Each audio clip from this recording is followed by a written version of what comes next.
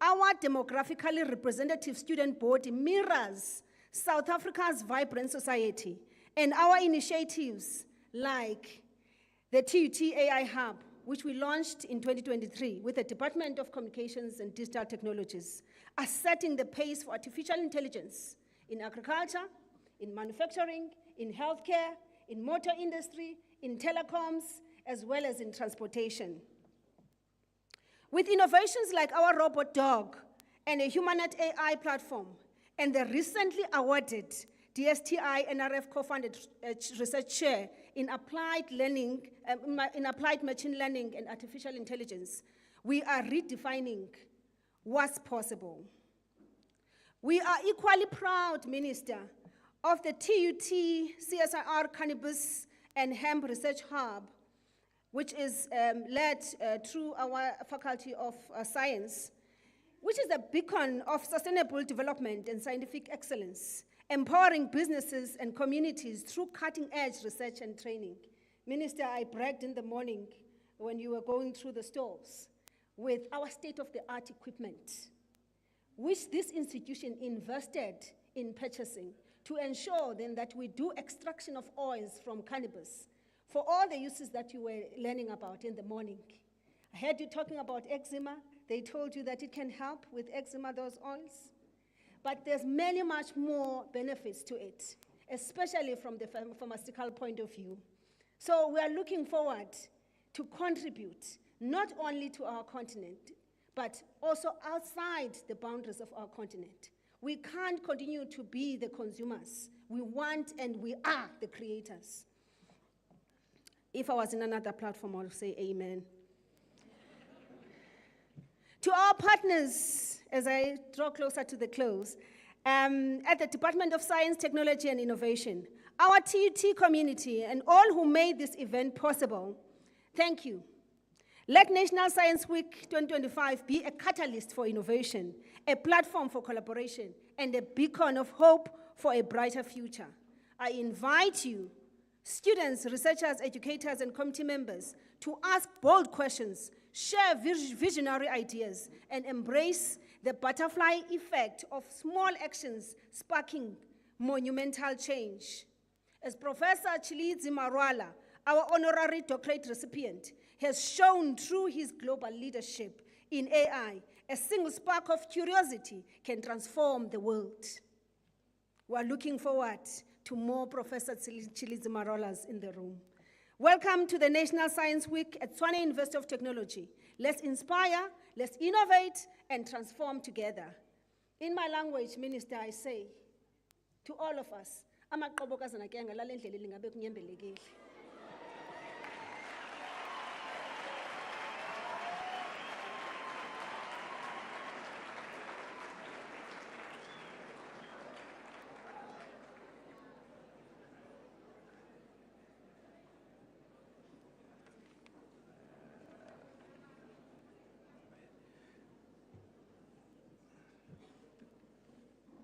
I'm just waiting for our host to sit. But thank you very much, Deputy Vice Chancellor. So let me also use this opportunity now to acknowledge the National Research Foundation CEO and his team for having really collaborated with us and making sure that all of you are here. May I ask the choir just to give us one or two pieces? Exactly at 5:02, the minister needs to be here because we'll be live.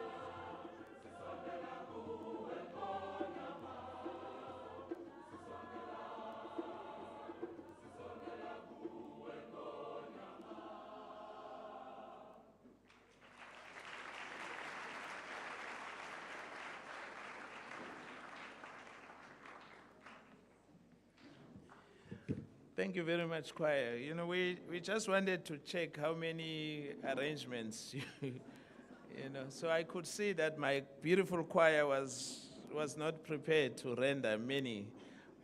You sang so beautifully, so wanted but thank you very much. Ladies and gentlemen, I think we are close to the time. It is my pleasure to invite the minister, Professor Nzimande, to come on stage so that he can deliver a keynote address to all of us. So let's welcome the minister.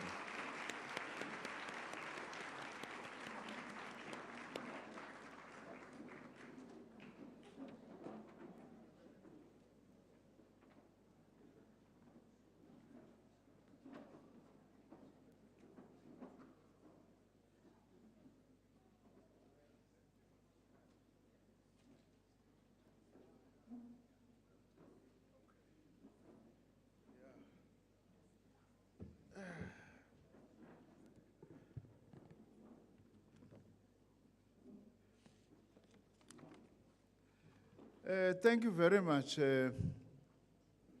Program Director, Dr. Mlungi Sicele, our Director General of the Department of Science, Technology and Innovation. Let me greet Professor Vatiswa Papu Zamxaka, the Deputy Vice Chancellor for Research, Innovation and Engagement of Tshwane University of Technology. DVC, you are indeed very passionate. You know, the passion was just coming through about your work that you are doing. I hope all our DVC's research, which are my DVCs, by the way, are as passionate as you are, because we can be able to take R&D as well as our national system of innovation very, very far. The DDGs that are here and other senior government officials, heads of our science institutions and executives, representatives of academic institutions, Professor Ntebogang Mukhalaka Fleischmann, the Executive Dean of the Faculty of Science at TUT, and other members of the TUT executive who are here. Educators, principals and SGBs. I should also recognize the CEO of the NRF, otherwise you won't get your money for your AI research chair, Professor Nelumondo and his team. Principals and SGBs, Ms. Oletilo Sikokotla, our artisan technician, aircraft technician who is here, who is going to be talking to us later. Students and learners, the exhibitors who are here, our 5 volunteers from Japan, of the Japan International Cooperation Agency, members of the media, ladies and gentlemen. Thank you all for joining us here today for what is our department's biggest science engagement event of the year, which is the official opening of the 2025 National Science Week program. Let me also take this opportunity to express my gratitude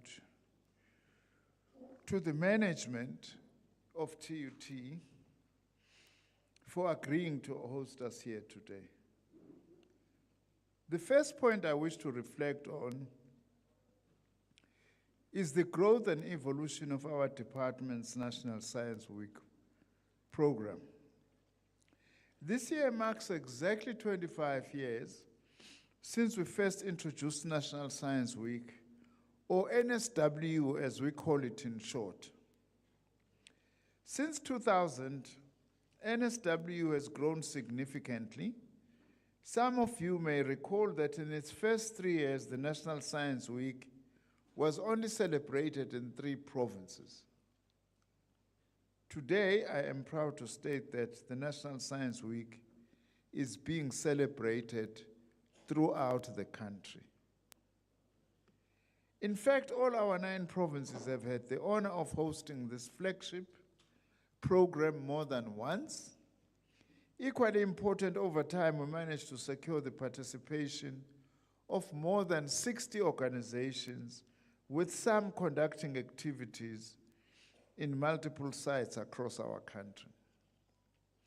Through our partnership with these various organizations, we were not only able to expand the geographic reach of the National Science Week, but has also been able to successfully align the hosting of the National Science Week with municipal boundaries, making sure that there is an activity taking place at least in each district, municipality, and metros of our country.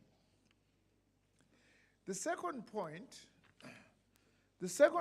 that I wish to talk about are some of the exciting features of the 2025 National Science Week program. This year we celebrate the National Science Week under the theme, Science, Technology, and Innovation are for everyone. This theme will be carried over into 2026 when we introduce the new format, which will now be known as the National Science Month. I will speak more about this later. As with previous editions, some of the key features of the 2025 NSW celebrations include the fact that the majority of the participants are learners, and that the program has an extraordinarily strong science content focus. Thank you very much to our learners who are here today. All this is largely about you. Give yourselves a big round of applause.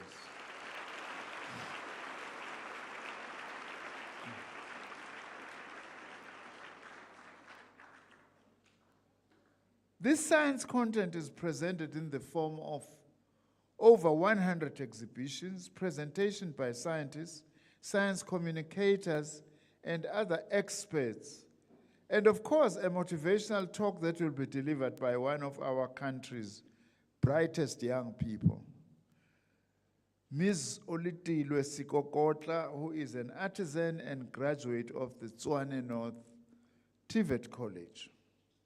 Another highlight for this year is the participation of the Anton Lembede Academy of Mathematics, Sciences, and Technology Academy as one of the focal points for the National Science Week activities in the KwaZulu-Natal province. For those who do not know, the Anton Lembede Academy, it's a very exciting school. It's one of our country's model public maths and science schools. It's focusing on math science and, of course, technology, and has consistently been doing very well. This year, I think they are writing their first matric exams. We are waiting to see how they will actually perform. Earlier this year, I had the honor of visiting the school and spent some time with the learners and educators. I must say, I was blown away by what I experienced. As a result, I've asked our department and our entities to help us adopt the school. The reason why I'm doing that is because my own belief is that we actually need to replicate such schools in all the provinces of our country. We must not be ashamed to take the cream of our science learners and put them in a first-class institutions so that we groom the scientists of the future. I don't think we need, all good countries do that with the best talent that they actually have. Now, if we hope to address our skills development needs and significantly reduce youth unemployment, one of the things we need to do is to ensure that The majority of our younger people are able to access high quality maths and science education at foundation level, regardless of which part of our country they may reside in, urban or rural. One of the things we are fighting against together with our Deputy Minister is to fight against the fear of maths and science. We must not fear maths and science. Educators, please help us. Don't say, I want to improve the pass rate in my matric by taking out kids, even those who have got potential to do, for instance, what we call pure mathematics, and take them to maths literacy because you want to improve your results in your school.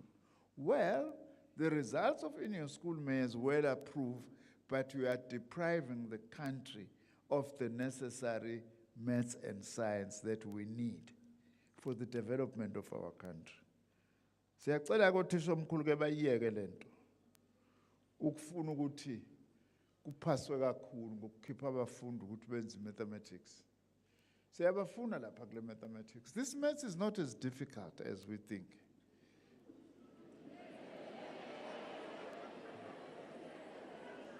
Are you agreeing or disagreeing with me? You are agreeing? Great, great. I'm glad. I was worried that you are disagreeing. There is one main rule in mathematics: practice it. Isn't it? Practice it, all the formulas. Don't be like us. Tina, under apartheid, we were so afraid of mathematics. Mina, if people ask me, I did maths, by the way, in matric. So when people ask me, what symbol did you get in mathematics? I tell them proudly, I got an A.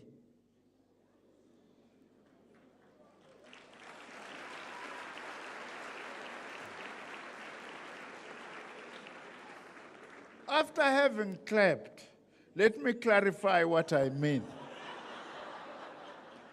I got a D in mathematics. But the way I was so afraid of it, that D was as good as A to me. But to you, an A must be an A, not a D. We want to do away with this thing of being afraid of maths and science. Now, I wish to talk about some of the things that we are introducing in furtherance of our science engagement strategy. Building on the impact of existing programs, we've undertaken a decision to enhance our interventions by introducing the following. In 2026, we'll introduce what will now be known as National Science Month, as I've indicated. This means that this year's week-long National Science Week format is the last one and serves as the transition to the month-long program we intend to introduce next year. We think a week is not enough. Let the country focus on science, technology, and innovation for a whole month. We will announce the month in due course. Secondly, we intend to upscale our science centers project. In the past, we donated mobile laboratory units in the form of vans which were customized to serve as laboratories, so that we are able to go to different places, to the schools that do not have laboratories. This intervention has proven to be quite impactful, working with the Department of Basic Education, and with the experience we've gathered, we intend to scale up this program. We are currently considering the establishment of 2 forms of science centers in the country. One must be a national flagship science center, which will comply with the highest global standards. And the other is the introduction of limited scale science centers. These are service delivery focused and strategically located within localities for easy access to the public. By the way, yesterday I had a meeting with my team and other entities that are participating on promoting municipal innovation. They told me about something I hadn't known of, that they are also experimenting with what they call virtual laboratories, which means although we are not able to touch it, but we are able to see it and interact with it virtually, such that we are able to provide real laboratory experience as much as we can to all our learners throughout South Africa, including in rural areas that normally do not have access to this. Now, our decision to upscale our science engagement intervention is informed by a number of considerations. One is my dream of seeing each of our provinces having a high-quality science center before the end of this administration. The other is the realization that if we are to realize our departmental mantra, that of placing science, technology, and innovation at the center of government, education, industry, and society, we'll have to significantly change a number of things we are doing currently. One is the need for us to significantly raise the level of our public awareness efforts about the benefits and opportunities that derive from science, technology, and innovation. We're a very talented country, by the way. I have no doubt that out of these learners who are here, we'll be able to produce some good scientists. I have got great confidence in you. We're a very creative nation from the arts. Look at Amapiano now, eh? That's a worldwide hit. The performance of the Springboks, the performance of Banyana Banyana in sports, to what South African scientists can do and are able to do, and that's you in the future. That's why we've brought you here, to come and see what we are doing. Now, this is even more urgent to emphasize the issue of science. If we consider the findings of the first South African public relationship with science survey, which was done by the Human Sciences Research Council in December last year, this survey shows that interventions such as the National Science Week and our science engagement initiatives are achieving meaningful outcomes. The survey further notes that at the moment, 60% of South Africans are aware about the knowledgeable about the role of science and technology, and 66% showed general interest in the topic. That's a huge achievement by our department since 1994.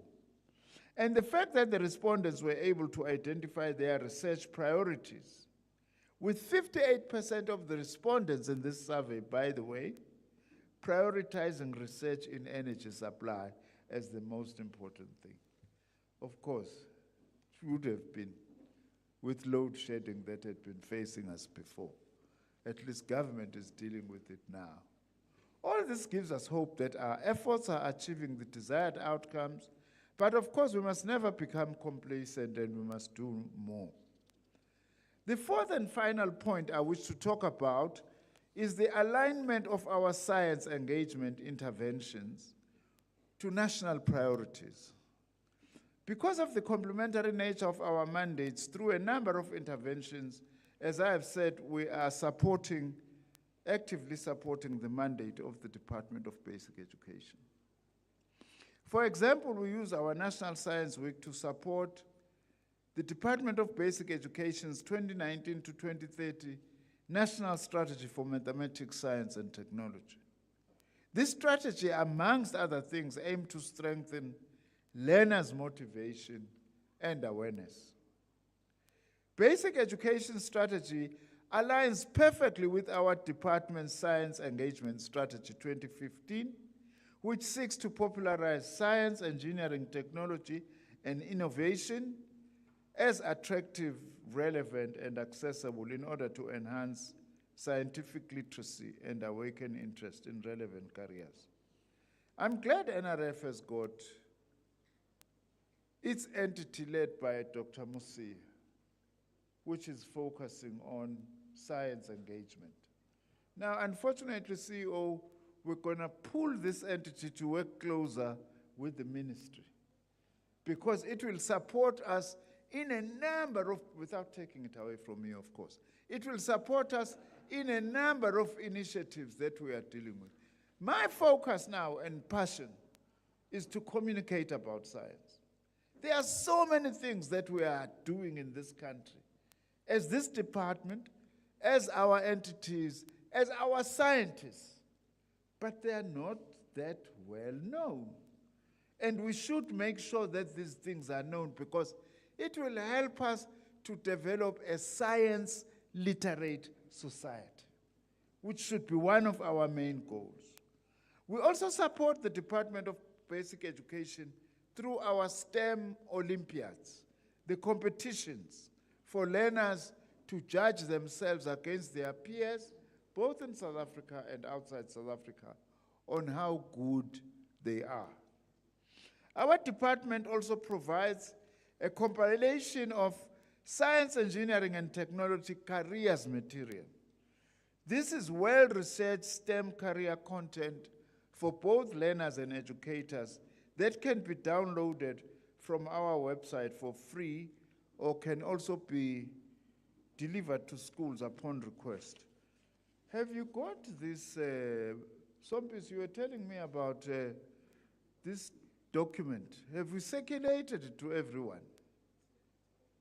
It's only in front here, because you can use that document. It shows how to access this information that I am actually talking about. It's called SET Resources Manual.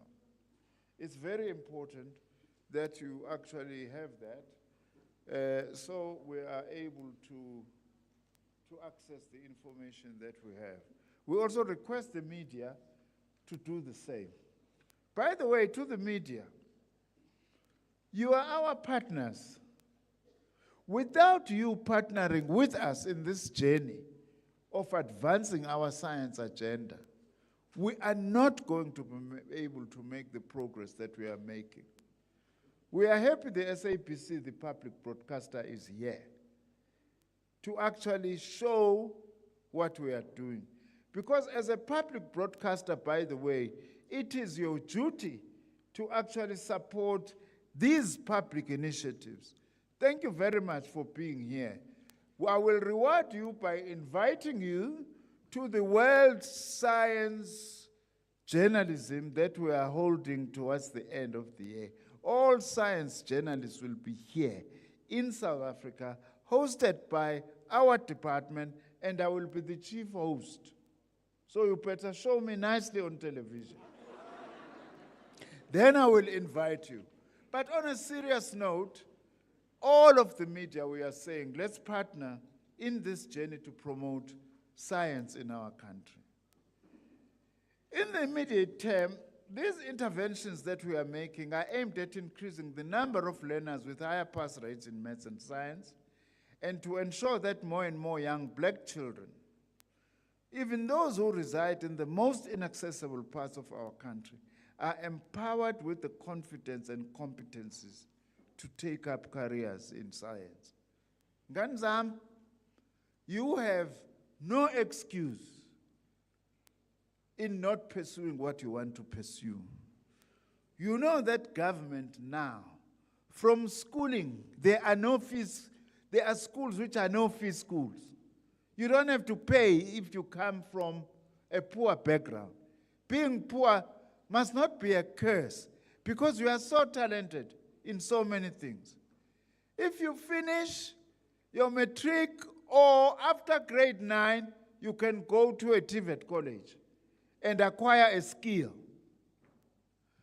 Those who go to university, you can go to university, and government has a bursary called the National Student Financial Aid Scheme, which pays for everything that you need to be able to complete your studies. So there is absolutely no reason. Going beyond that, as the department, together with other institutions and the private sector, we offer bursaries for you to pursue science or science-related careers. So no one must have an excuse. Not lento yethu under apartheid. Of course, under apartheid, we were also frustrated in so many ways, such that in some instances it almost became fashionable. When you finish standard 6, you are done. Sengiqeda u-6 right, man. No, that time is past. It was our time, not your time.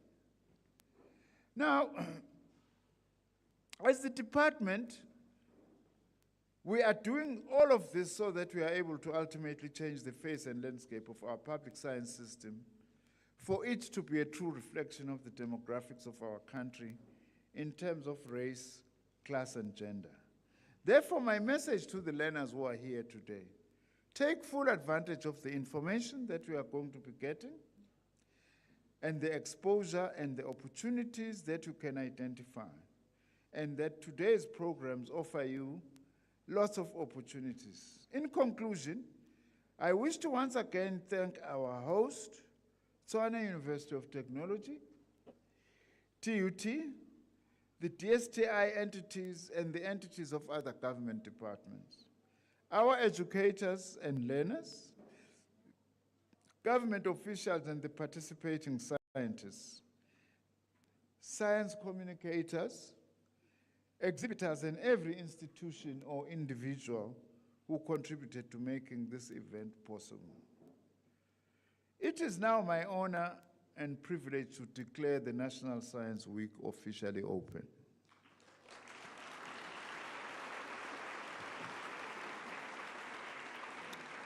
But now, I have got a very important task I've been asked to perform, having given my speech, and it's very important. Nanbe indaba msana ukushiya ke manje mase ngiqeda ukukhuluma. Ibaluleke kabi lento engifuna ukuyenza la manje. Last year, when we launched the National Science Week at the Central University of Technology in the Free State, I asked a question to the learners, and I said to myself, a national essay competition for learners to write on this topic. Science and technology are for everyone. Artificial intelligence has emerged as one of the key drivers of science and technology. Is it an advantage to society or not, the artificial intelligence? Now, we then thought perhaps let's pilot this and turn it into a debate and have a competition. So we first opened it, we only opened it for now to the students here in Tshwane. But we want to make this in future a national competition. Now, I'm very pleased then to say that the schools that participated, the runner-up, the finalists, the two finalist schools are here today. And I'm gonna name them just now. But let me mention the prizes. Both schools, the finalists and the winning school, will visit the CSIR in Tshwane, Center for Scientific and Industrial Research, and then go to the Astronomical Observatory in Cape Town. And then the winners will then proceed from Cape Town to Sutherland in the Northern Cape to actually go and see the South African large telescopes, where at night you can see and observe the sky and all those things. Now, let me then say 18 schools participated from Tshwane, which is why partly we are launching here. And the two finalist schools were Pretoria Technical High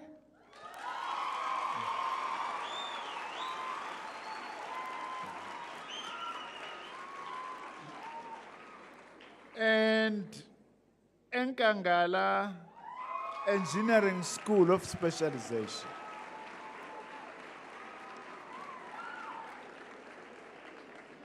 Now, I'm very pleased then to announce the winning school.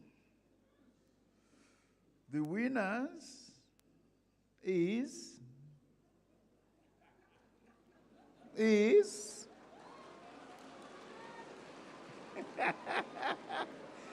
Enkangala Engineering School.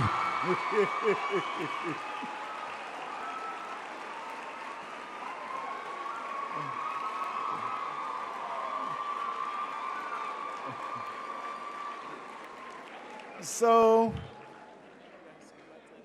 yes. So I've done my job for today. Thank you very much.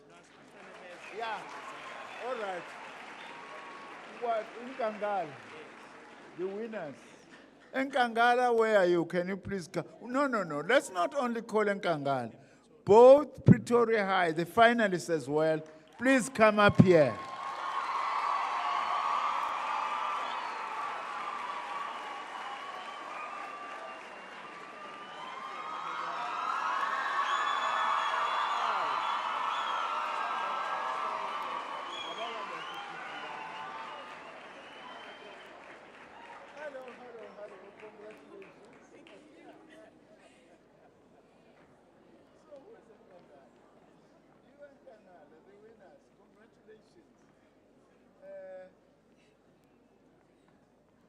Maybe let's move forward a bit so that, yeah, okay. All right.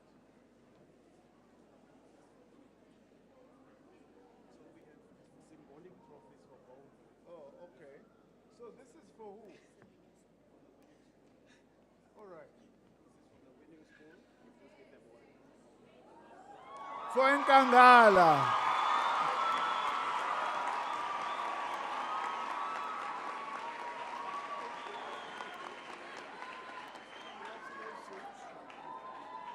And for Pretoria.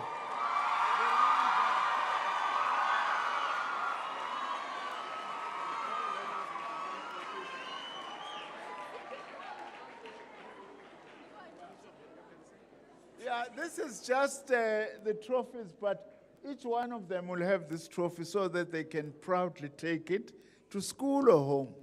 It depends on how you decide. You will collect them as you actually leave, these trophies. Sanibongela bantu bami. Congratulations.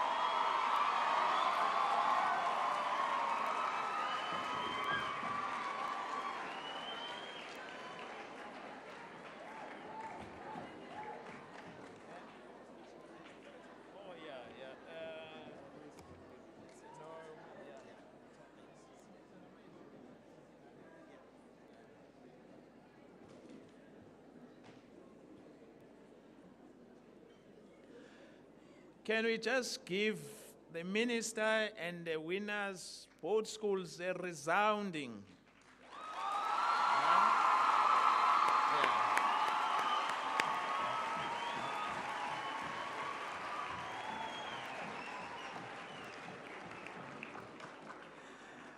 So, Mandamam, please, just put down those trophies. I want you to come up stage for 10 minutes. You must just show us how you debated.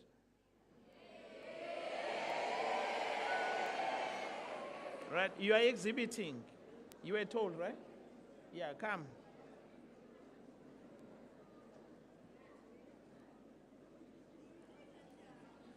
So we're trying to inspire even, I saw some of you who don't listen in class. And when teachers are busy teaching, you play with your gadgets. So next time you will win.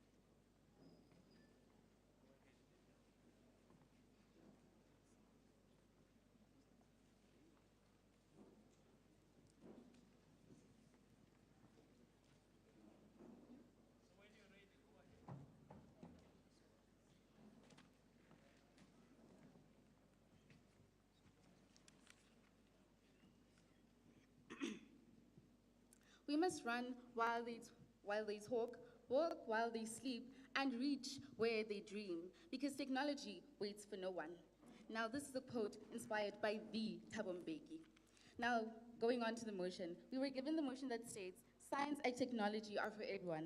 Artificial intelligence has emerged as one of the key drivers of science and technology. Is it an advantage to society or not? And we, as side proposition, agree. Now, moving on to my first point. Yes, people love to say AI is killing jobs, but that's only half of the story. This other half is that AI is creating entire industries that we didn't even have a decade ago. Yes, we've seen this movie before, guys. It's not new. During the Industrial Revolution in the 18th and 19th centuries, people feared machines the same way we fear AI today. In England, while textile workers and the Ladites smashed weaving machines, afraid that they'd lose work, but that didn't happen. A new industry was created for them. But here's the twist. Within a generation, those machines didn't destroy work, they created more of it. The steam engine was powered whole new industries, and it is one of the reasons why we have electricity today. AI is our generation's industrial revolution, and we need to learn to accept that today. Yet, some jobs will change, but new ones are coming faster than ever. In South Africa, demand for AI skills in ICT, education, and finance has doubled in just 3 days. AI is already creating work in agriculture, fintech, and data labeling. AI is not just for tech hubs. It's helping people in rural villages, small towns, and underserved communities within the world. They want these communities to connect with the world. Language barriers are breaking down as AI learns South African languages, or African languages in general, like Swahili and Afrikaans. It's not solving access problem. It's also solving access problem. AI-powered drones deliver blood to remote hospitals in Ghana over 80% faster than traditional transports. So why are we still denying ourselves heaven that we deserve? AI is not just bridging the gap. It's a rocket launch pad, turning local talents into global providers, global players. Now, I have a question for side opposition. If past technology revolutions created new industries, why would AI suddenly be different? And if AI is so dangerous, why do we use Google, WhatsApp, and even GPS, all of which are run by AI? Are you ready to give that up? Now, you're not against AI, you're against your imagination of AI. That's not debate, that's dystopian fiction. You say AI might destroy the future, but it's not. It's actually helping us. And times are changing, and we need to evolve with them. So it's either you come with us or stay behind. Thank you.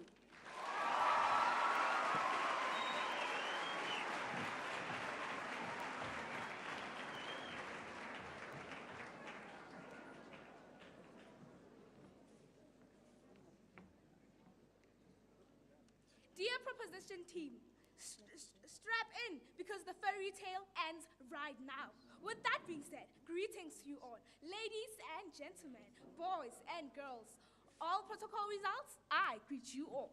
I am Tiamo Masoma Elena from Etangala Engineering School of Specialization, where ordinary ends and extraordinary starts. Today we're going to be discussing not just the topic, but a crucial topic, which is AI an advantage to the society? Sounds interesting, right? But my team and I strongly believe it is not an advantage, but a ticking time bomb. But first, what is AI? According to the Oxford Dictionary, artificial intelligence is the capacity of computers to exhibit or simulate intelligent behavior.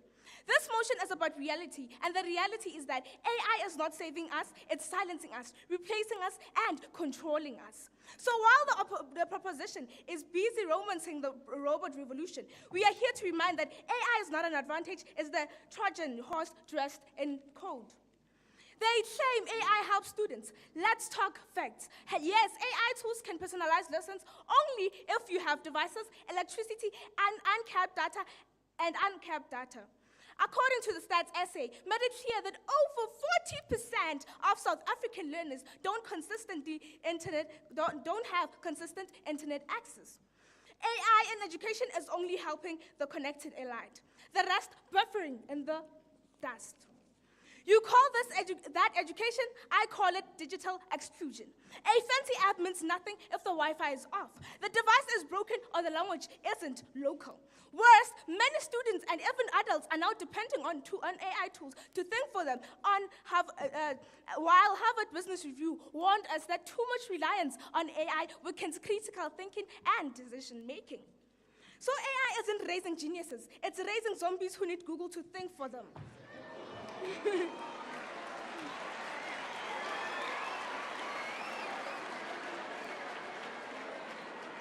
Now, let's talk about money. A PwC report predicts that AI will add $15.7 trillion to the world economy by 2030. Sounds great, right? But we all know that money will go to the tech giants because they can afford automation. This is not innovation, that's economic injustice. They said AI creates jobs. That's the biggest PR scam of the tech world. According to 2023 PwC researchers, up to 30% of current jobs could be wiped out by automation by 2030. AI is swallowing jobs like a digital tsunami. Upskilling sounds cute until you realize how expensive, inaccessible, and unequal that actually is. So let's not pretend that AI is a job fairy. AI is a thief in disguise. Let's talk about something important, saving lives. AI in healthcare sounds great until someone dies because a machine misdiagnosed their illnesses. According to an MIT study, it showed that diagnostic tools made errors in 38% of cases when tested in African medical setting. And yet you're calling that an advantage? I think trusting a doctor who spent years learning than a machine that didn't even go through classes, it's the best option. Now, let's kill the myth and speak the truth. AI is not some digital messiah. It is fast, it is shiny, and it is dangerous. You want efficiency? Great, but not at the cost of humanity. You want innovation? Fine, but don't call it an advantage when it destroys livelihoods, deepens inequality, and experiments on the poor. The proposition wants you to fall in love with the machine. We are here to remind you society isn't a game of chess, and we are not pawns to be replaced by programs. Say no to the hype, no to illusion, say no to AI. Math dropped, logic served, motion destroyed. Thank you.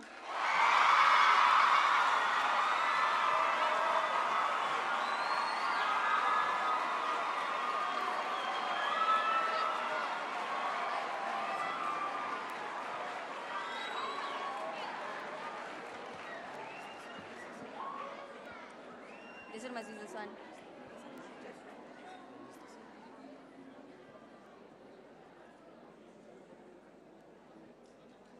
Are you the last speaker? Okay. Can you reach? I don't know. Okay. My bad. Can you reach? Are you sure? Yeah. Let's see. It's fine. Okay. Start by asking if they can hear you. Can everybody hear me? Let's start with what matters most, saving lives. AI has already transformed healthcare. DeepMind's AlphaFold cracked a 50-year-old science mystery about protein structures, accelerating drug discovery and disease treatment. AI-assisted diagnostics helping detect cancer earlier, most accurately, and in parts of the world where human doctors are scarce. That's not just innovation, that's impact. That is what lives saved. Can't humans learn the new roles industries generated by AI? Can AI security systems stay ahead of threats? Can't accountability and transparency be prioritized in AI development? Can diverse training data help reduce biases, especially AI biases? As humans, why are we going to let innovation not progress just because of uneducated people? People should stay in school so that they can be able to be employable. AI might create new jobs we haven't thought of, and who says the people without proper qualification won't be considered? AI can be fair and unbiased with right training. AI can easily improve cybersecurity, detect threats that humans can't. Advances in AI can reduce dependence on flawed data.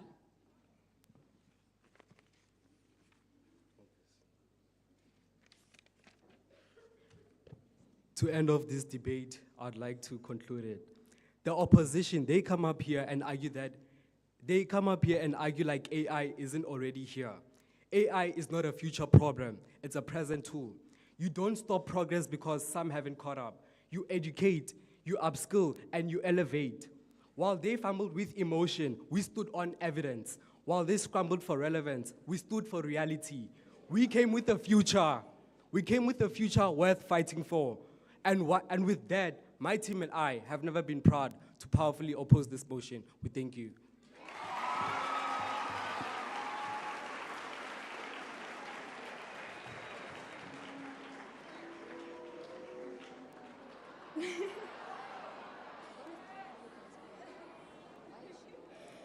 You know, the proposition comes here talking about AI apps like it's some Jesus. Calm down, it's just code.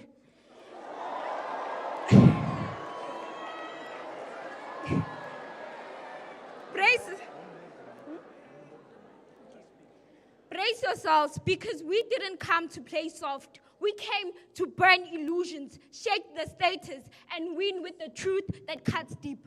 Artificial intelligence isn't a miracle. It's a machine in a suit smiling while it quietly destroys the very pillars of society: education, industry, and healthcare. With that being said, I am Zandile Skosana, a learner from Ekangala Engineering School of Specialization in Mining. Let's get something straight from the jump. AI is not AI. AI is not society's helper. It's a cold-coded predator, devouring jobs, human dignity, human purpose. And South Africa, we're not ready, but we are the ones pleading first. Let's start with education, the so-called grade equalizer. The proposition might say AI enhances learning, but what they won't say is that AI is leaving millions of learners behind in the dust. According to a 2023 DBE report, shows that over 78% of public schools in rural South Africa lack stable internet. So who exactly is AI helping? Definitely not the kid in the rural Eastern Cape sharing a textbook with 3 others who's never even touched a computer. Even in the University of Cape Town currently is adopting AI, meaning that every AI detecting tool will be removed, meaning that students can hand in work that has been written by AI. What kind of a generation are we raising if critical thinking is taken away by AI? AI is not leveling up. AI is not leveling the playing field. It's building a wall between the rich and the poor, the urban and the forgotten. Let's not ignore that the dark truth. AI is fueling massive academic dishonesty. Students don't think anymore. They are copying, pasting, and Googling their way through life. We are not creating future leaders. We are producing AI parents. We are becoming so independent of AI that we are even losing basics. Imagine running out of a toilet paper. Would somebody seriously go to ChatGPT and ask it what to do? Of course, go buy more. This shows that how AI is turning basic common sense into something a machine is outsourced. Now on to industry, the so-called great engine of growth. Let's talk about what AI really means in South Africa. Retrenched workers, broken families, and rising of poverty when unemployment is already sky high. Now, the World Economic warns that over 6 million of African jobs are at risk from automation by 2030. That's not a future, that's already happening. Your factory workers replaced, your call center operator gone, your admin staff history. The proposition will scream uplifting, upskilling. But tell me, how do you upskill a 50-year-old mine worker in Rustenburg who's never had a LinkedIn account? Let's stop pretending AI isn't uplifting workers' class, it erases them. The machine doesn't care about your hunger, your family, your hunger, your family, your rent. It just calculates and replaces. Now to the final nail, healthcare. AI in healthcare sounds good on paper until it kills in real time, in real life. A Nature study proven AI diagnostic tools trained overseas misdiagnose Black patients up to 40% more. In South Africa, where over 80% of citizens rely on public clinics, to most of which even don't have reliable electricity. Are we really going to trust machines to diagnose cancer, HIV, or mental health? We can't even keep the lights on, but we want to trust AI with our lives. Let me be blunt. AI doesn't care if you are poor, sick, or forgotten. It wasn't built for you. While the proposition worships algorithms, we fight actual lives.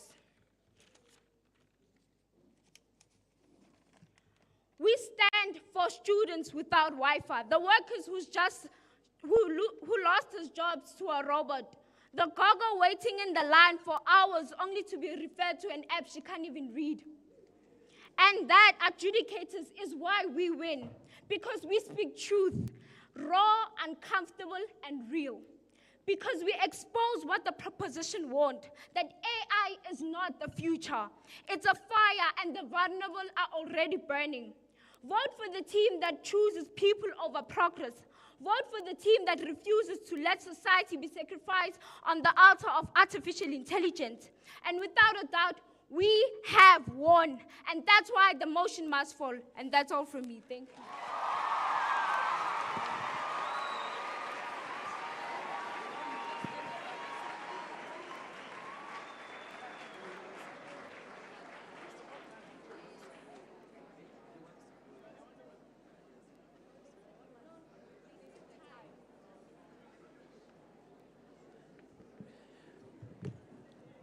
Let's give them a round of applause, right? Yeah. And let's also remember, a debate has always two sides, right? So let's not go home and think that those who are opposing, what they were arguing here, it's what they believe in. It's a debate. But maybe the minister will appreciate that these youngsters, minister, are actually helping us to develop a critique. So it lays the basis for development of a critique of the notion of AI as we understand it. So we welcome both views, and we are really proud. Now the SABC wants to interview the winning school, so they are going to be interviewed. So thank you very much. We're now moving to the next session.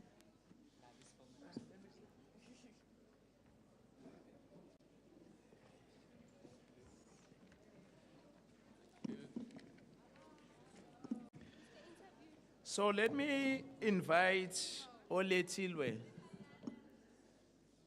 Please apologize if I have ambushed, your surname, your name.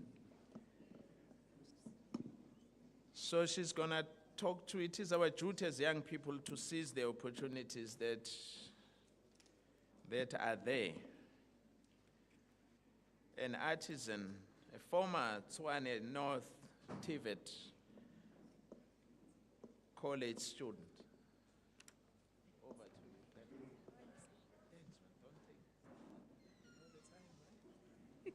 Thank you. Greetings to everyone in the building. I would like to acknowledge the Minister of Science, Technology and Innovations, Professor Blade Nzimande, the City Mayor, Vice Chancellor, and lastly, our VIP learners. My name is Ulitilwe Perseverance Kokota. I'm a 22-year-old lady from Soshanguve. Well, I'm a newly qualified aircraft technician, and I'm a former world skill competitor. What we do as aircraft technician is we play a very critical role in ensuring aircraft safety and its airworthiness by servicing, repairing, maintaining, and yo, I'm nervous, guys. Please forgive me. Yeah, that's what we do. We service, repairing, and maintaining its system and components. We all know what's an aircraft, right, students? Yes, yeah, that's what I do. I work on it.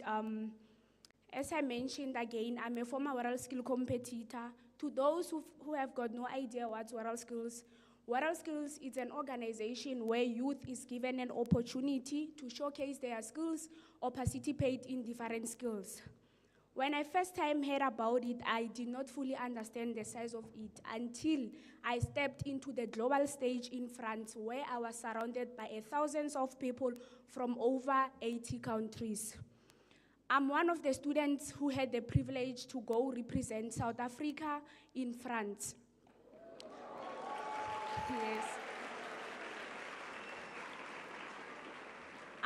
I was competing under aircraft maintenance, a skill many will say it's not common for ladies. So I want to tell you ladies this is specifically for you ladies. If you want to pursue a career in faculty of engineering, go for it. Never ever allow someone to discourage you. People might say it's not for women, but if you love it, go for it. I'm an example. I'm in an industry where everyone or most people are saying it's a male-dominated industry, but here I am. So if I can do it, it also means that you also can do it. So go for it. Then let me take you back to my competition journey. Well, the competition wasn't easy. I actually realized that international stage is not the same as the national stage. So yeah, the international stage is very intense, but I'm just glad I managed to complete the competition without trying to give up. Everyone was there for me. The world skill people were there, my school, ITC, everyone was there, my family and friends. I really appreciate them. And most of all, I'm very grateful and proud because I got to learn new things, not just technical skills. I learned discipline, teamwork, and most of all, confidence. I'm now able to share my personal experience with everyone here in the building. So my point is, World Skills changed my life a lot, not because of the competition, but it opened my eyes to how far a technical skill can take you. Skills are powerful, guys. They've got power to transform lives. They open doors to new opportunities. They help us as individuals to improve in confidence. And again, they empower individuals to reach their full potential. So I'm gonna advise you students that whatever advantage you get or whatever advantages you get to grab an opportunity, go for it. Never ever let it, never ever leave it, as that can have a major impact in your life. So guys, let's invest in skills development. Let our skills speak, let it shine, and never ever stop learning until you unlock your full potential. Skills change life. Viva to skills change life. Viva! Thank you guys for your time. I really appreciate it. It means a lot to me. Thank you guys.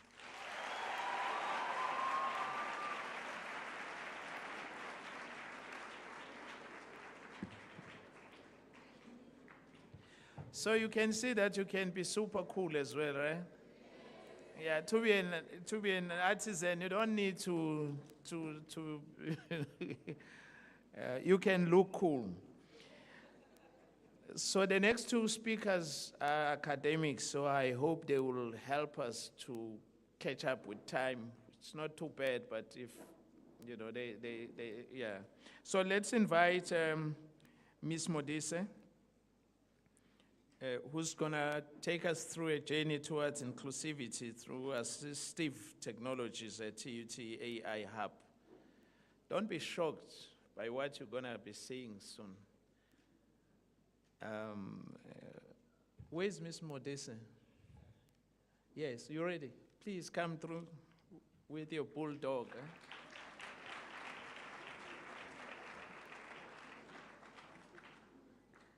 Good morning. I already had the debate, pro AI and against AI. I'm not here to judge on that. I'm just here to share my journey in the AI Hub, and maybe after this, you'll have another thought. So my name is Tolofelo Modise. I'm from the Department of Electrical Engineering. I'm also part of the TUT AI Hub, which was formed in March of 2023 in collaboration with the Department of Communication and the University of Johannesburg. So with the AI Hub, there are four key objectives that we are looking at, being that the human development, so that is including students and academic programs that will help you to learn AI, as well as improving skills for professionals as well, me included, as well as AI research, which I was part of, the creating of tech ecosystems, that is creating innovations to help solve solutions, as well as startups, AI-motivated startups, as well as developing strategies and partnership. So my research started when I was doing my master's degree here at TUT. It started from research, not even ended. From research, a prototype was developed. That prototype is the one that won second prize at the Gauteng Accelerating Program, GAP Innovation Hub, which being from an engineering side and winning in the medical field, it shows that engineering doesn't just limit you to problems that are related to the technical side, but you can apply it everywhere. As part of my master's, I also went to France and did a course in MSc Biometrics, which also helped to increase my knowledge and better my research.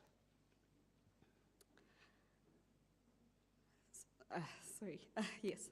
So I wanted to throw this back at you as much as I've had the debate. Wouldn't it be awesome if we are able to create technology that is so strong that we are able to break every bond in order to solve every solution that is there? If the answer is yes, then why are we not using this technology? Why are we not exploring? As the minister has said also, it's not about being a genius. It's about curiosity. It's about you going there and wanting to solve that particular problem that might be an issue. For my side, that particular problem was assisting people with mobility impairments. So many people with impairments have their needs unmet, and if technology can aid them, why not use it? The invention was the robotic rollator. I was hoping to show you, but fortunately, the technology was against us for now. But the robotic rollator is a smart rehabilitation device, which is also called the Zanial motion. Zanial because we are forming that relationship between the assistive device or technology and the user itself. So the smart part of it comes whereby the robot is the one that will take a decision on how to better assist a person. It's not taking the person out of the loop. With the person in the loop, it's going to measure their movement, their gait movement, as well as the emotional state of it, and see how then can it better assist in providing rehabilitation for that person, both from the clinician point of view as well as the patient point of view. Okay. So with that being said, I have a partner in crime who is going to come here and aid me into introduce. So,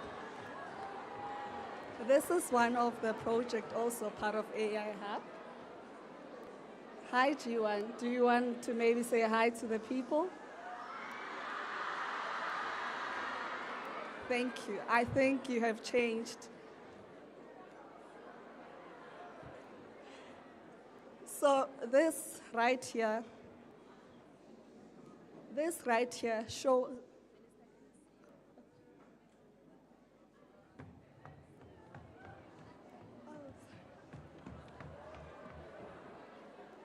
Please come forward on this side, they can't see you. G1.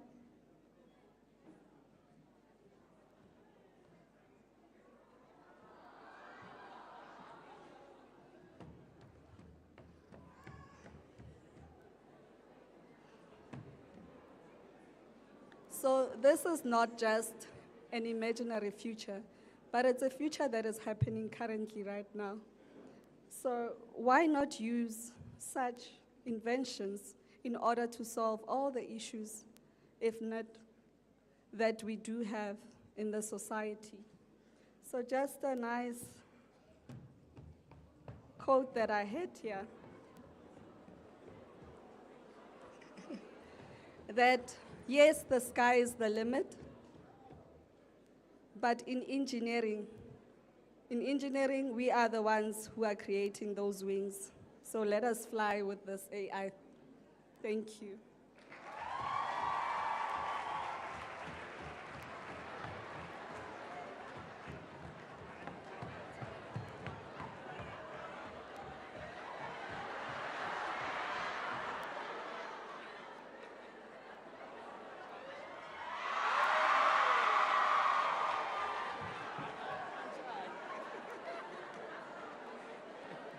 Sharp.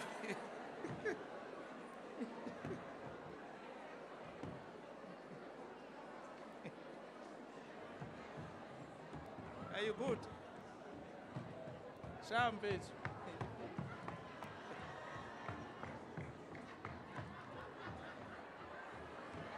Bye-bye, both. Yeah.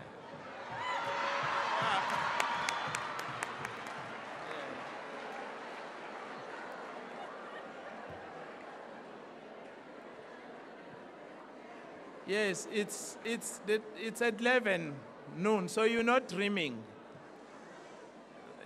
You're not dreaming. This is the real stuff coming, okay? DVC, this is really a good stuff. So let me invite Dr. Lechaba to come on stage.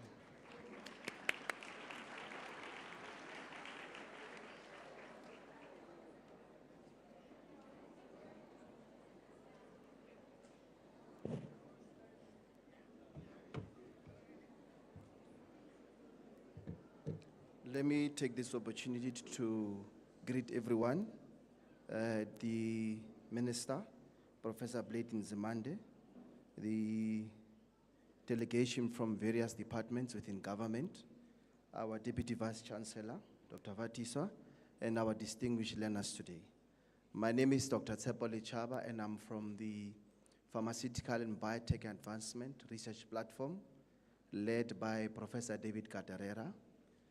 And we are part of the Tshwane University of Technology, focusing on various research areas.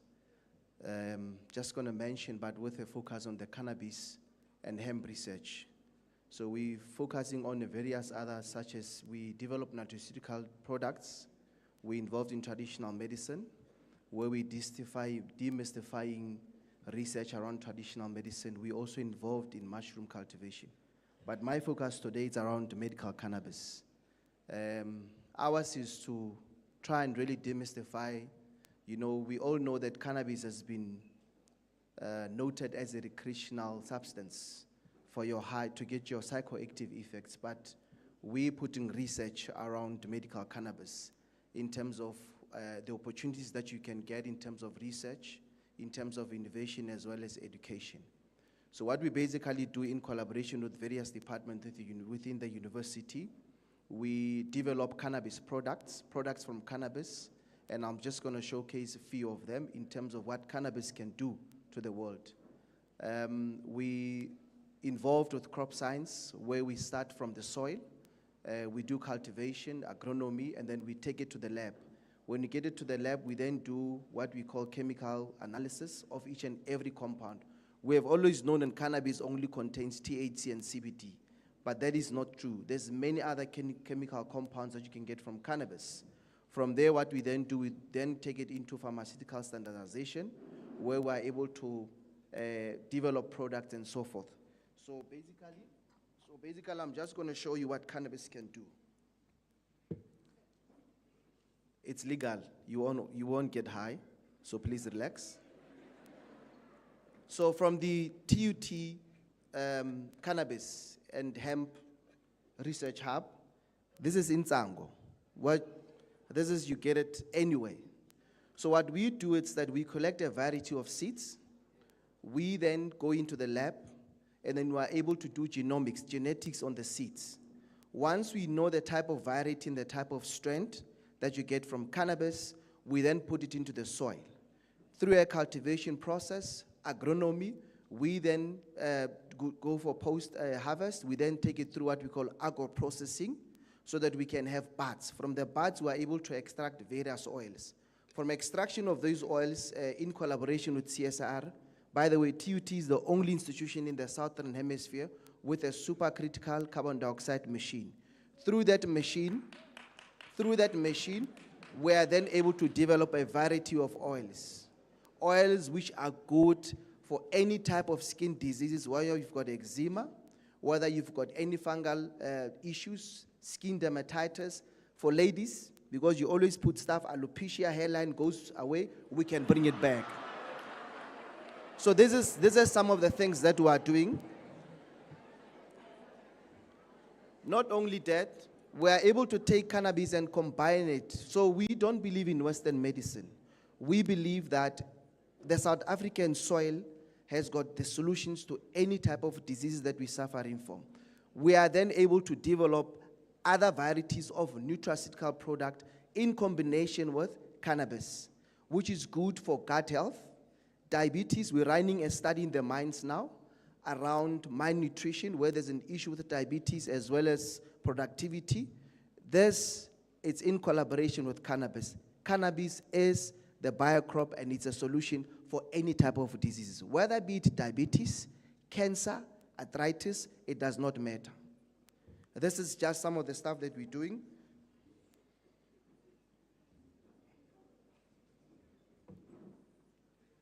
From this as well, we're able to develop drinks.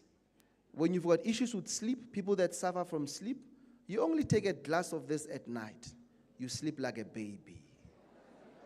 You don't become high. So most of the products that we're using, they contain CBD, not THC. And there are various chemical compounds of CBD that you can find. So this is what we use as well. Other than that, so you also find cannabis in various other industries. This bag, it's made from cannabis. This is what you can do. We've got scraps. We're working in collaboration with traumatology as well, where we're in the process of developing even medical clothes. Your scraps, your just surgical where whatsoever, we are able to develop anything with cannabis. Within the motor industry as well, we are developing, we are going to partner with the engineering department where we want to also develop indoor panels. So from the mess, the waste that you get from cannabis, you are able to develop any type of clothing material that you need. This is 100% cannabis because it's got strong fiber. Even if you can try and tear apart, nothing will happen to the bag. It's better than the cotton. So this is what we're trying to we are trying to demystify that cannabis, it's a biocrop that we have always known it for recreational use. However, it does have medicinal purposes. It does have industrial purposes. You find it within the cosmetics, therapeutic, anywhere where you want to apply it, it is there. We as an investor of technology, that is why we then go into various research areas where we're doing various things on cannabis and so forth. So we are also trying to make sure that we, impact communities. We go back to our communities where we assist in terms of training and advocacy, in terms of planting cannabis and making sure that you are able to get the best crop yield out of it. We also, in the process of research and development, we are also in the process of business management as well, because we have to make sure that this thing becomes sustainable. But we also developed training entrepreneurs as well. So what we have done within the research platform, we also get students from all kind of industries, whether it's biomedical, engineering, crop science, zoology, whatsoever. We have recently partnered with one of the private farms in Randfontein where we are developing chicken feed. We've developed 5 formulas for chicken feed where these chickens will be fed cannabis in combination with mopani worms, dragonflies, and so forth. Why are we doing this? Because we want to make sure that we provide food safety and nutrition that is health to our people. We're also developing cattle feed as well, meat as well. There is a company that we have also partnered with, Kapa Bokoni, where we have developed wors and mincemeat as well using cannabis. So cannabis is the solution. There's many things that we are doing around it, and we are there in the tent. If you want to come and see more products, please visit us, and we'll be able to assist. Thank you very much.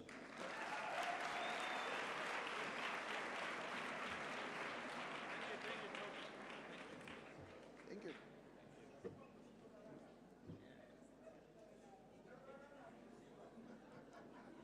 So I see a lot of interest in this presentation.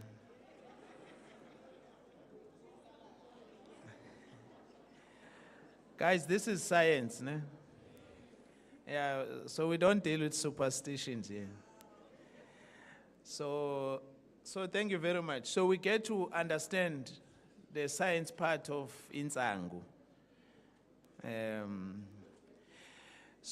We have come to almost the end of our program.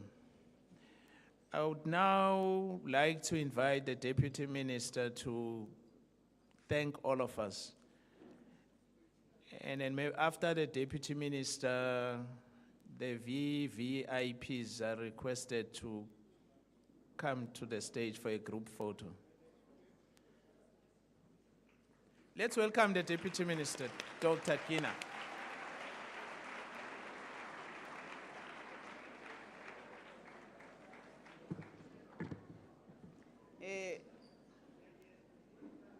DG, Dr. Okay. Thank you very much to you, DG. Dr. Kaile. Let me greet our Minister, Professor Blade Nzimande. Greetings to Dr. Vatiswa and the team from TUT. Thank you very much for allowing us to be here. And thank you very much for the warm welcome words that you gave us, Dr. Vatiswa. Really, you did stick to your motto here to say from good to great.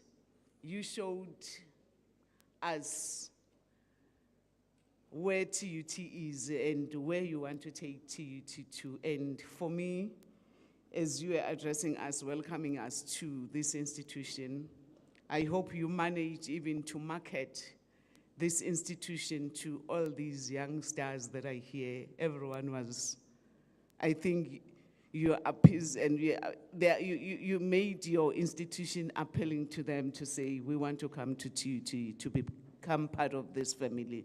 Thank you very much for that.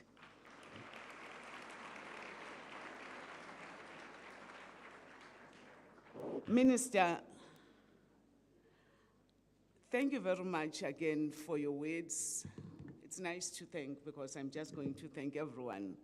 Really, your speech today, you always encourage everyone in the department with all our agencies that are here, the NRF, the CEO is here with all your team from the NRF, our DDGs, the team from the Department of Science, Technology and Innovation, all our partners as you are here, the schools that are here. And our minister is always saying, let us make sure that we wake up every day.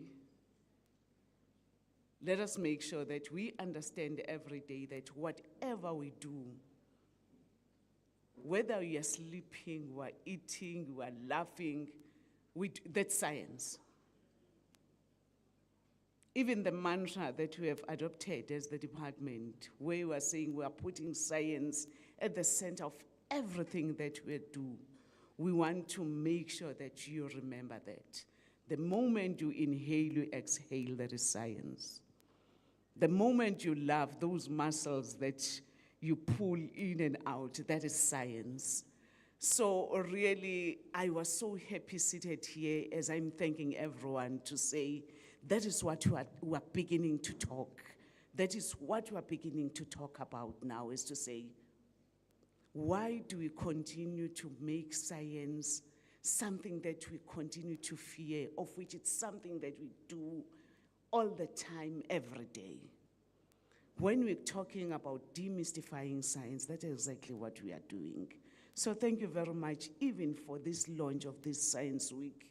And the instruction is not the instruction per se, but the encouragement from the department led by Professor Nzimande to say, let us make sure that when we talk of this science, as we are launching the Science Week, but we are planning now is to say, let us extend it to a Science Month, of which we are hopeful that next year we'll be launching a Science Month, of which we'll be making sure that we celebrate science 365 days of the year. That is what we want to do.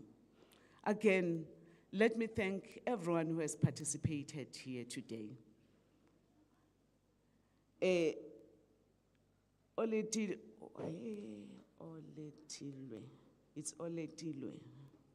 I hope I'm pronouncing your name well. Where is she?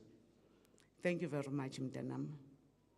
Your words of encouragement. And I think you're coming here today as a young woman, encouraging the youth, but more especially encouraging girls to say, this is possible. You can go and get into those previously male-dominated sectors and you perform. Thank you very much, Mtanami. I hope, Watabami, you have learned and you have seen that if she can do it, no one can stop you from doing it. To you learners, whether you are here at TUT or still at the secondary school, what I want to tell you today, as you go back, you plan your life, we are here to say the future is in your hands. But for me, having seated here, looking and hearing everyone that have spoken to you, yes, life is about choices. But what I can tell you, the better choice and the easier choice that you have is for you to succeed. For me, I think it's difficult for you not to succeed. It's easier for you to succeed. Looking at all the opportunities that have been laid in front of you.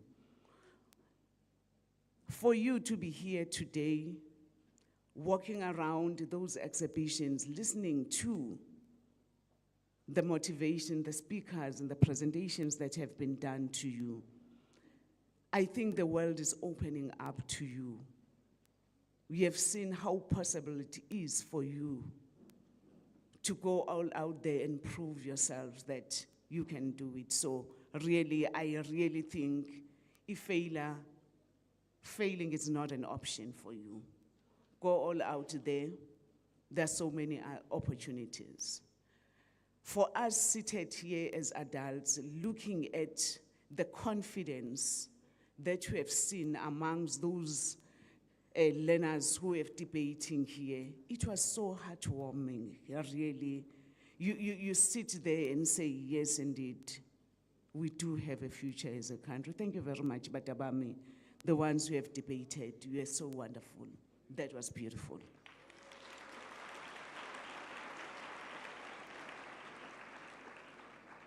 You know, you just showed the confidence that you have.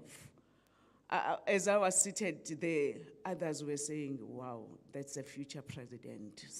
You know, everyone, we can tell whatever we wanted to say about what we have seen happening in front of us. So really go all out there and make sure that you grab all the opportunities. We are really banging on you to say, you'll take these opportunities. But what I'm happy about, when we are saying science is for everyone and science is to bring solutions to the challenges that our communities, the society is faced with. Today, we have proven that. The AI is there, is going to give us those solutions, the debate, the research, the capacity, and the capability that we have seen in you. Really, I want to concur with what the program director, that is our DG, said. You even gave us more platform to say, when we go back and look at the critics and the way you have debated and looked and researched, what is it that we need to go all out there as the institutions, as all these entities, as government, and say, what more can we bring when it comes to the issue of AI? So thank you very much. For me, it was to come and say, led by you, Minister, we are so much grateful for this launch of the week and looking forward to all the districts, because this year really we are going to make the inroads and we are going to make sure that we touch all the districts throughout our country. And what makes me even happy is that we grow bigger and bigger each and every year, and next year this is going to be even bigger than what we are doing, meaning that we are going to be touching more and more of our core societies and communities and talking the science language, science, innovation, and technology. That's where the world is heading to. Thank you very much, Program Director.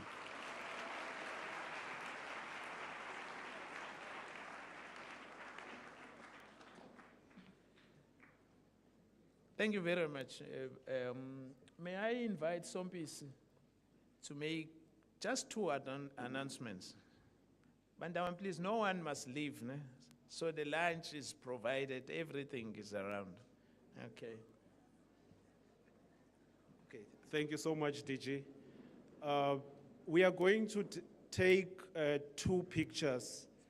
The first picture, which is going to be on stage, is going to be the minister, deputy minister, the DSTI executive, that is the DDGs, the DVC, and the executive of TUT to join that picture. That's the first picture. The second picture, which is probably the most important picture, is the picture with the learners and the minister. So the way we are going to do it, from the presentations you've made, it seemed like you were very good with taking instructions. After the minister and the dignitaries are done taking their picture, the minister is going to remain on stage alone, right? And then everybody else who is not a learner in the hall remains seated, And then at the instruction of the program director, everybody who is a learner here present is going to be requested to rise so that they form the background of the picture with the minister, because it is a special picture we do almost every year between the minister and the learners. With the permission of the program director, I now wish to invite the minister and the dignitaries as mentioned to come and partake in the first photograph.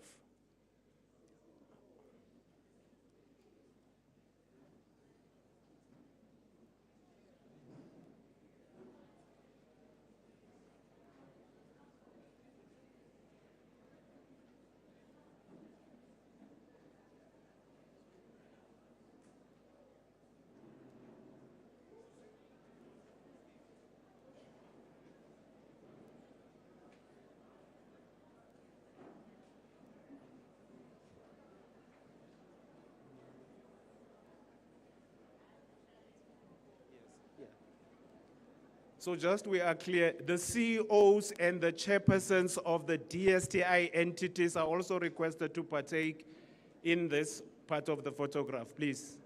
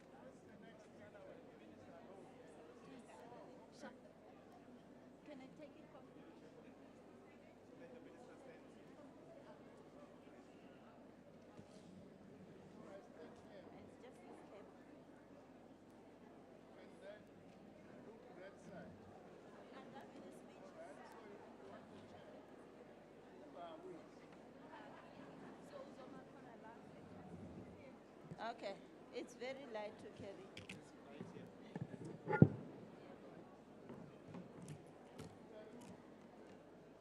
So how do you want the minister to appear? He must face you then. So I don't know if we're going to sign here baka or... No, it's fine. Don't remove it. It's fine. Just do it like this. Great stuff. Thank you.